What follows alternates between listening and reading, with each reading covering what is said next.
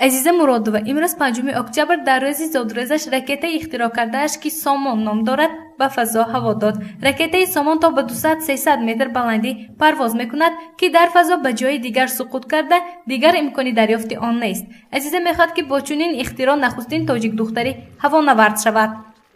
آرزوی من در سال 2003 یکمین دختری که به کیهان می رود از تاجیکستان میخواهم شوم. من میخواهم که به دیگر دولت ها رفته در آنجا خوانده به ادمان رسانده میخواهم که به تاجیکستان آیم و یک رکت را ساخته به کیهان پرواز کنم با همون رکت.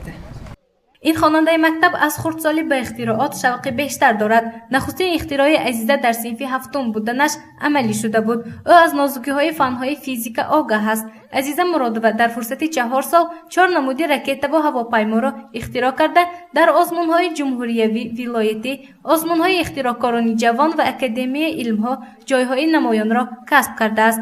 چهارمین رکتی که عزیزه ساخته است این شاتل مای 4 نام دارد. برای چی مای 4 این رکتی مرادова عزیزه ادریسی‌نه چهارم ساخته من، یعنی این در وقتی به کیهان پرواز کردن این با زبان روسی многоразовое использование میگویند. این در وقتی به کیهان پرواز کردن از جایش یک من این رکت میماند. این رکت ها همش یعنی از یکدیگر جدا میشوند. یک این رکت پرواز کرده به МКС یعنی международный космический корабль پیوست میشوند. در آنجا این یعنی خوراکواری به کосмонавтان میدهد و باز از دیگر چون مثل سمولات به پایان پرواز کرده میفرایند. اگر میخواهند که دوم بار این را کار فرمایند یک انرژی میسازند، بعد باز به همانجا این رکت را پیوست کرده باز کار خود را دوام داده میتواند.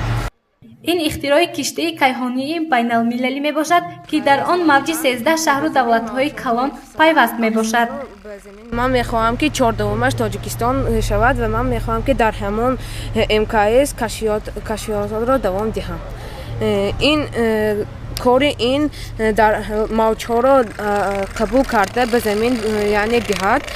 این لوکاتورها که در همین МКС موجودند به زمین موج ها را میفشانند. حالا عزیزه مرادова همراه چند از جوانان سری ساختن هواپیما در مؤسسه ایلاوگی ولایتی سوخته است. قسم آخرین نصب تجهیزات به هواپیمای چوبین که 155 نام دارد حالا باقی مانده است و روزهای نزدیک پیشکشی نمایندگان گردانیده می شود. بانی بسیار یک خودش یگانه کار میکند.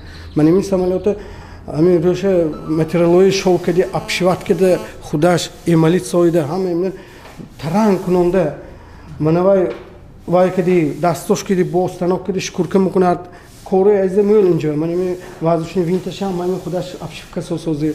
این سمولاتی موه حاضر کاری مونده کش رنگ بار کردن مونده کار. ما اول محرک میمونیم. یک بار دیگه ایمالیت میسازیم برای که رنگ همه جاش یخیل شه مثل الف دیکن و الف نیو زبان ما و ابیاتسونی کلی میگوییم سویده بعد ما اینا رنگ میدیم. من محرک میمونیم و کابینه هاش دونش قپاقی روش میسازیم با ارسکلو از همین چیز ما خرده میامده.